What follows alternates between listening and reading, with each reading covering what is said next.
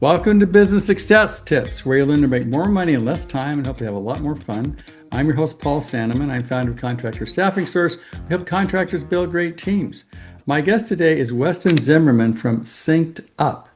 So tell me, a little background. How did that company get started? Your little bit background. Why should people listen to you? Give me your whole story.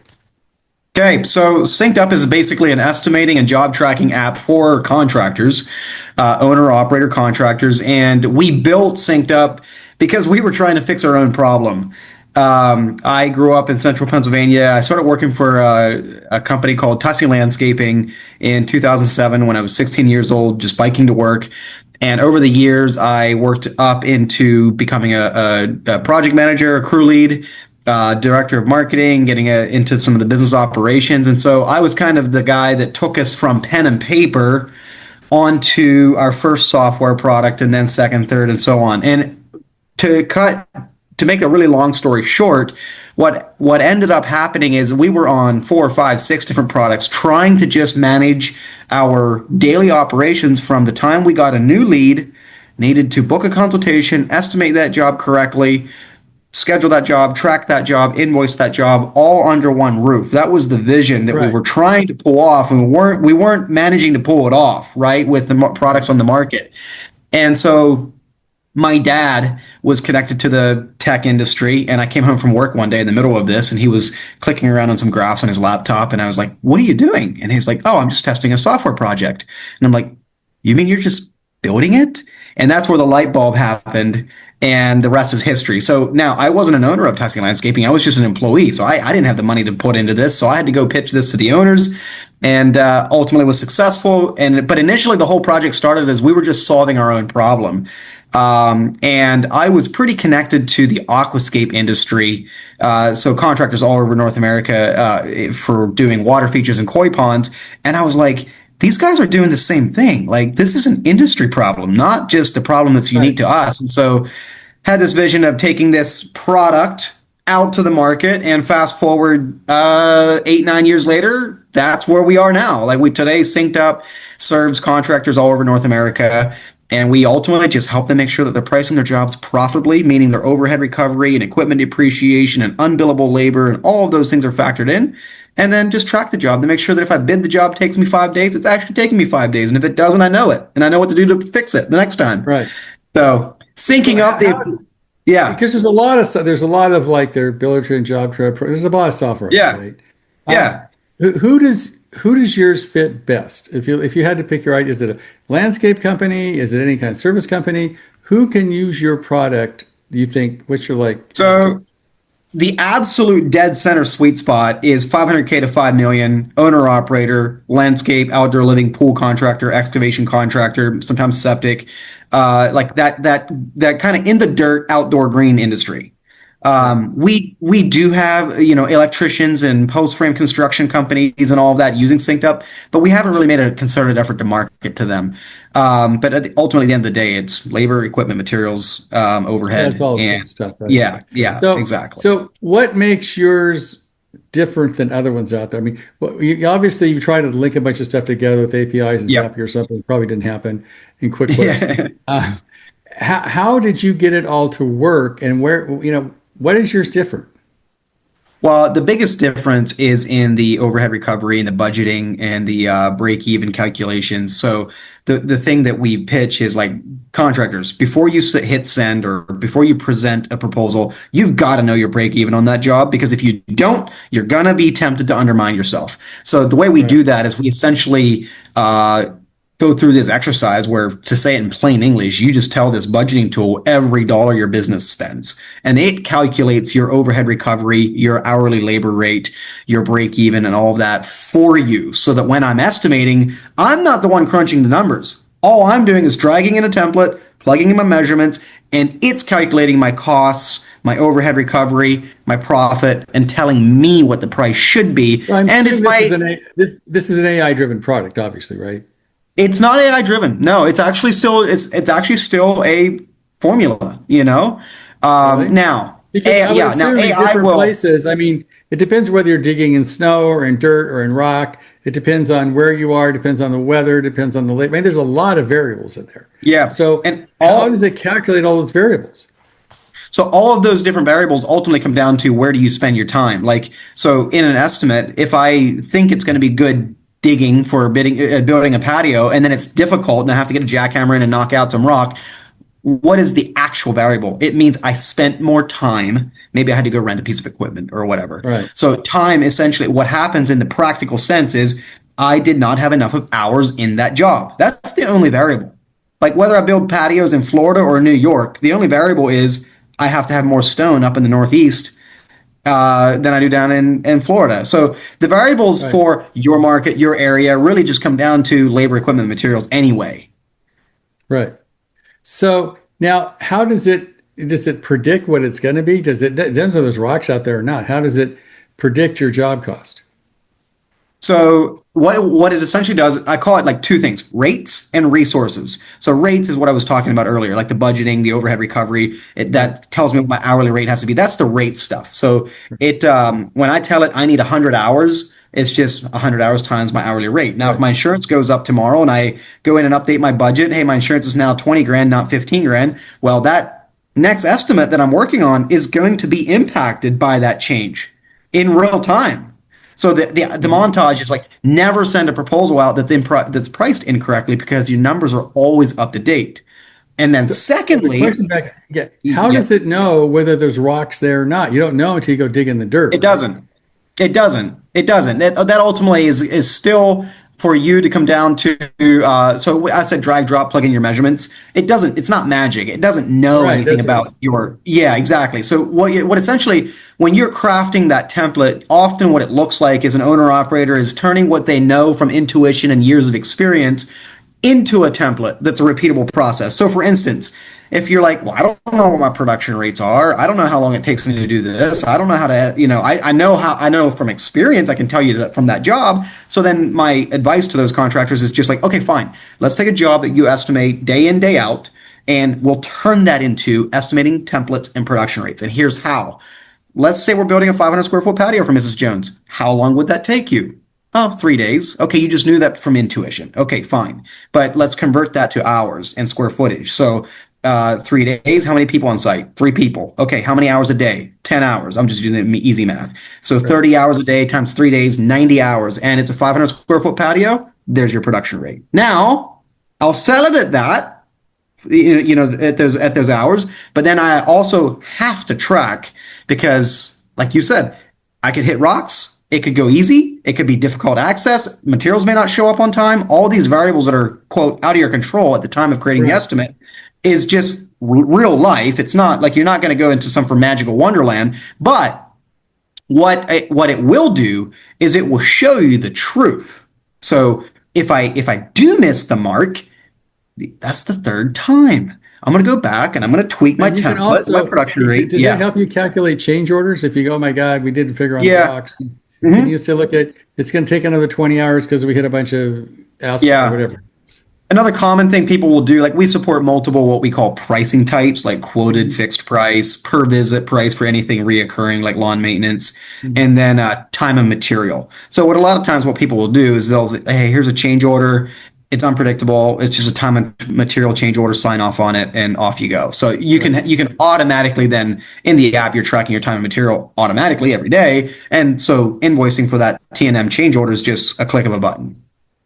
So how does it go? And we can follow the process here. So you've got the estimate and then you're doing the work.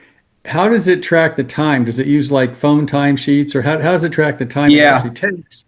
And also, how does it tie into QuickBooks or whatever accounting system you've got? Yep.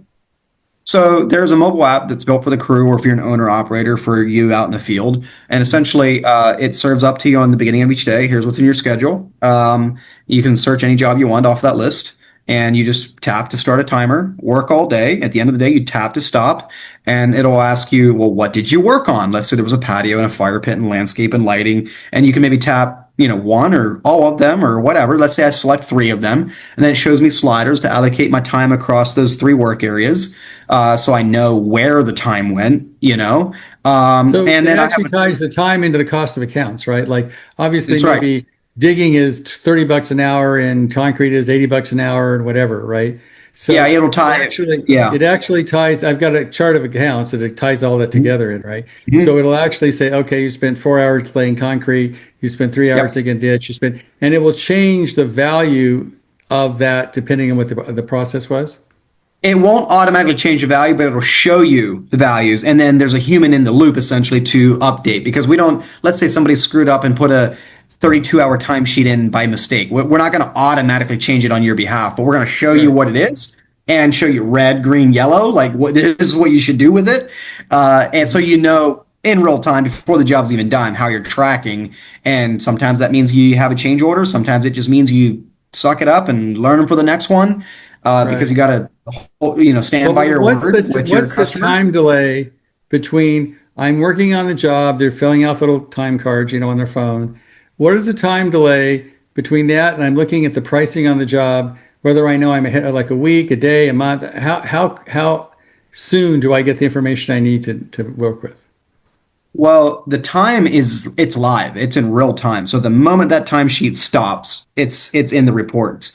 And like when I was a crew lead at 𝗀𝗃𝗃, I would often watch that estimated versus actual labor like a hawk. And if it was like maybe I was half done with the job but had already burned through 80% of my hours, like that, I was calling the salesperson and saying, "Hey, just saying," and it could be many things, but let's just like one example could be this project has been going excellent. Like we've been crushing it out here in the field. There's just not enough of hours in the estimate for this kind of work. Or it could be something else, which is like materials didn't show up on time. The client was very picky. It got muddy. We had to power wash the driveway unexpectedly. Like all those real life things that happen. The point is you're not going to hit perfection, but the quality of your learning is going to increase exponentially. And with that, you can turn around and become more predictable, more accurate for the next estimate. And the more often you do this, the more often you go around the completion cycle. So basically, you use history to predict the future, right? Yep, that's right. That's right. Mm-hmm. Okay. And so give me a real live example of a company that you've implemented it for. I didn't get into the company, but just it went from X to Y because of the implementation of the software. Can you give me an example? Yeah. There's many. The one that popped into my head right away is this one guy that he would DM me on social media regularly. He was interested in SynkedUP. He wanted it, but he didn't really see the value, and he was struggling in business. And it got to the point where, in his worst moment, he didn't even have cash to fill up his truck with gas to get to the job site to finish the job. Oh my God! Right, Terrible, right? And I don't know where he scrounged the money together, but we gave him a break and said, "Look, let's just help you do it the right way. Price aside, let's just get you in here and fix this." Right. And he came in and within 6 months had $100,000 in his bank account, just by fixing his pricing and tracking his work. That's amazing. Well, your decisions are only as good as your information, right? Yep. If you're not the information, like these systems are good decisions. Yeah, these systems are garbage in, garbage out. But the thing with contractors, like I often ask contractors, like, are you tracking your jobs? Do you know when you lose money? And I often get the answer of, yeah, I do. I know. I'm like, how do you do it? It's like, well, I just know, by gut. Like, and it's like, okay, even if you're really good at that, and even if you do actually know and you actually are right, that information is going to die in a day, 3 weeks. What happens? It's like, people don't calculate work in progress, right, WIP? And so what happens is you ask them what the WIP is, they don't know what that is, and you say, well, how do you have money? I'll look at my checking account. If there's money, we're good. I call that the bank account barometer. It's like, do I have money? Good. Right. And the bank account, I don't have to tell you, you know this. The bank account will lie to you for so many reasons. It doesn't tell you anything. I mean, no. It's like I asked some guy, is this cash or accrual? And they go, what's the difference between cash and accrual? And I go, we're going to have a conversation, right? Exactly. Yeah. But to your point, the thing with, even if you're excellent and you're a small team and you don't need complicated processes, sure, nobody wants complicated processes. Simplicity is beautiful. But even if you're good at it from an intuition and gut feel, even the best ones, when you go bid a job and you're like, you know what? Last year I did a similar job let me go back and look how many hours that took, how many materials that took. Your gut and your memory and your intuition is not going to be able to help you with that. Yeah. And so it's only going to be as good as your memory, and it's not going to actually help you turn into data-driven decisions. Right. So Weston, I used to, when I was a coach, I used to do an example of flying an airplane, right? So if you're flying a Piper Cub, there's the sky, there's the ground, don't hit anything, right? Your information, if you're a guy in a truck, no problem. But and as you get a better plane, now you're flying maybe a Cessna or faster plane, you better have better information, you're in trouble. If you get flying a jet, you're dead if you don't have the right information, right? Yeah. So what I see businesses do is they get bigger and bigger, and they don't change the systems to give them the right information to make the decisions, right? So you can't make the same system on a jet as you do on a Piper Cub. And the same thing, like if you're doing 2 guys on a truck, you're fine. All of a sudden you got 5 guys in 3 trucks, you could be screwed, right?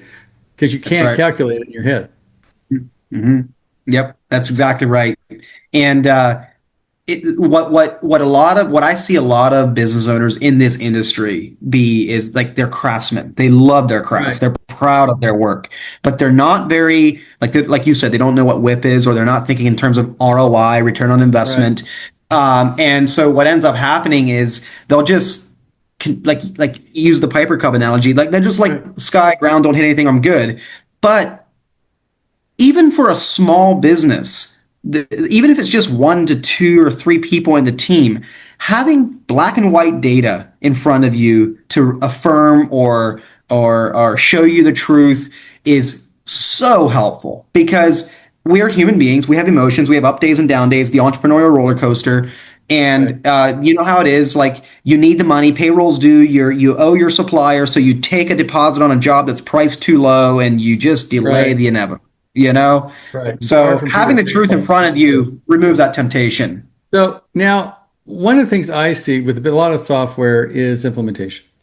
Because, you know, these are craftsmen and they're trying to become entrepreneurs. I mean, I have the same issue, right? I mean, you're always, you got to build a team. You're only as good as your team. And they go, well, I can't afford the guy. We can't afford not to hire the guy, right? So when you're helping these craftsmen make that, you know, transition from, you know, from craftsman to entrepreneur, and they need to count on software and other kinds of things. How do you help? What kind of implementation program? How do you help these guys make that shift?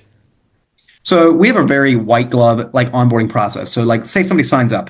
The first thing we do is we book a call with your customer success manager, like, and you get to know this person like on a first name basis. Like they're right there to work with you because of the exact thing you just said. Transitioning from a craftsman to an entrepreneur, not exactly easy. And often people just want to have permission or validation that, yeah, I'm doing it right. I'm not screwing it up. Yeah, good. You are doing it right. The only thing that you're doing maybe is overthinking it. Just action trumps analysis, right? So you get connected with a customer success manager. We go through a whole configuration process, getting to know your business, setting up the account to match the way you think in the terms of like your sales process, your estimating process, your job tracking process. And then the other key thing that you do with a human on the SynkedUP team is you go through our budget builder, which it interviews you about your business, and it starts building in your overhead recovery and break-even numbers for you. Then you review those numbers together with one of our financial experts, so that, because often the numbers, it's just inputs and outputs. It's very mathematical. What sounds like, Weston, is your implementations based on relationship, not videos, right? Like watch these videos, right? We have videos in case you're up at midnight, but yes, correct. Like it's very, very, in the journey of getting from craftsmanship to entrepreneur, you need people to mentor you. You need people to tell you, that's a problem I see with a lot of software companies is they've gotten so big that it's systems driven, not relationships driven, right? Yeah. And so they literally say, watch these 4 videos. If you don't understand them, get back to me. And these guys go, I'm trying to watch any videos. I don't know what I'm doing. Yeah. And if somebody can literally hold their hand and walk them through implementation, it has a lot better shot of actually working, right? It's right. Yeah, because you know this, like any software project for any business, it's going to thrive or die in the implementation. And usually sometimes a bad buying decision may have been made, but far more software implementations fail not due to I chose the wrong product. It's just due to I bought the silver bullet, I bought the shiny thing, and I never did anything with it. Right. And you know, I've worked with a lot of software companies, and implementation is usually on 20, 30%. It's terrible, right? Because they aren't working with the person to make it work. Yeah. So often on our support and onboarding calls, it's not even about the technical how to use the software. It's more about the, am I doing it right? Yes. And just helping them gain confidence. Talking to a real person, and you have a relationship, and you can say, look, it's versus, a chat or a video or something, or an AI, something that doesn't actually care about me. And now that I'm sold, I'm done, right? So maybe my money around. So how much does your software cost, and how do people in touch with you? So we have two plans, $3.99 a month or $5.99 a month. The biggest difference between the two is automations, GPS stamps on timesheets, more free users. It's made for bigger companies, $1 million plus companies. You can go on our website. It's spelled SynkedUP.com. So SynkedUP.com. That's also our socials on Instagram and Facebook. If you want to DM me directly, Instagram's the place to do that. I am in those DMs myself personally. I try to keep kind of back behind the scenes day in the life as I travel around the country talking to contractors up on our socials, on our Instagram stories. But on the websites where you can get all into the nitty gritty details of how the software works, what it looks like. And obviously you are priced far below a lot of your competition from what I can tell. Yeah, we're not chasing the enterprise market. To me, what I'm passionate about is blue collar prosperity. I'm passionate about taking that guy that wakes up at 5 a.m, works hard, 80 hours a week. I want that guy to be successful and to build the life of his or her dreams. That's what we're for, Perfect. Okay, cool. So I would suggest, if you're probably doing under 5 million and you're not happy with your software, or even if you're in a million, so I give Weston a call, because it sounds like a company that really cares. And I know it's harder and harder to find software companies that care, because they're started by entrepreneurs, not by people in the industry. Yeah, right. Yeah, when private equity gets involved, it's rarely good. Yeah. Yeah, I know what you mean. Okay, I really appreciate you being here, Weston. Thanks for being on the podcast. Thank you, Paul. Appreciate it. Thank you for having me on.